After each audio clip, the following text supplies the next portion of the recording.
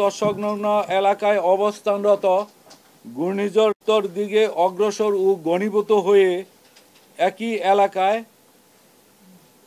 প্রবল ঘূর্ণিঝড়ে পরিণত হয়েছে।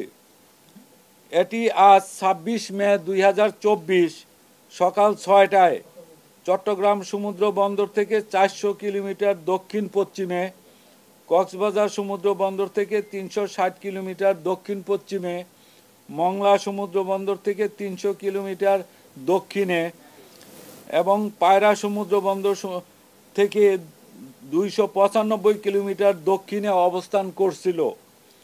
এটি আরও উত্তর দিকে অগ্রসর হয়ে ২৬ মে ২০২৪ সন্ধ্যা থেকে মধ্যরাত নাগাদ মংলার নিকট দিয়ে সাগর আইল্যান্ড, পশ্চিমবঙ্গ এবং খেপুপাড়ার উপকূল অতিক্রম করতে পারে।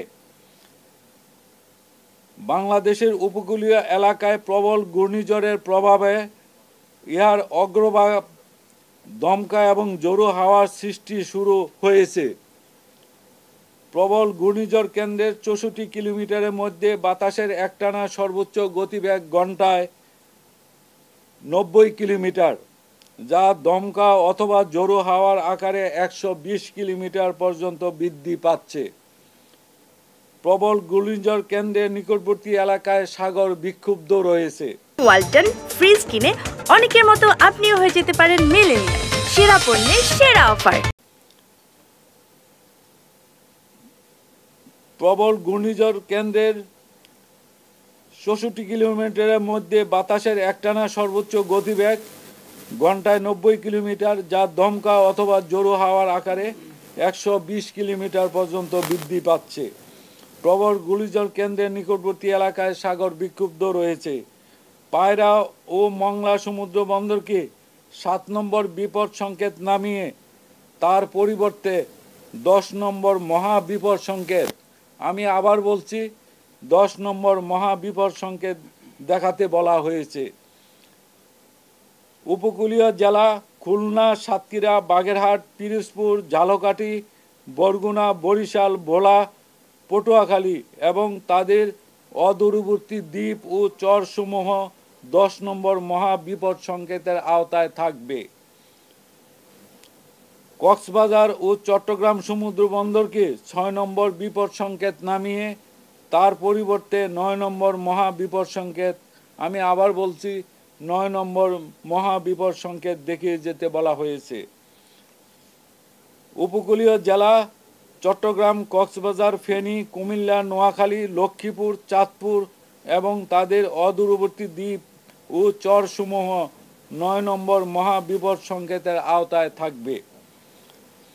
খুলনা, সাতক্ষীরা, বাগেরহাট, পিরোজপুর, ঝালকাঠি, বরগুনা, বরিশাল, ভোলা, পটুয়াখালী, ফেনী, কুমিল্লা, নোয়াখালী, লক্ষ্মীপুর, চাঁদপুর, চট্টগ্রাম ও কক্সবাজার জেলার নদীবন্দর সমূহকে ৪ নম্বর নৌ মহা বিপদ সংকেত, আমি আবার বলছি ৪ নম্বর নৌ মহা বিপদ সংকেত দেখিয়ে যেতে বলা হয়েছে।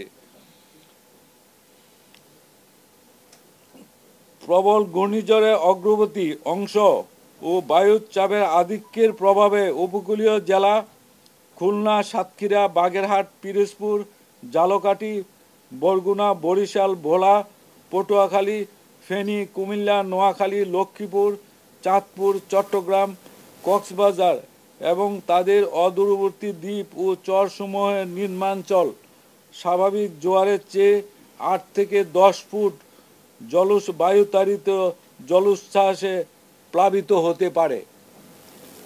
প্রবল ঘূর্ণিঝড়ের প্রভাবে রাজশাহী, রংপুর, ময়মনসিংহ, ঢাকা, খুলনা, বরিশাল ও চট্টগ্রাম এবং সিলেট বিভাগের দমকা অথবা জোরো হাওয়া সহ ভারী থেকে অতি ভারী বর্ষণ হতে পারে।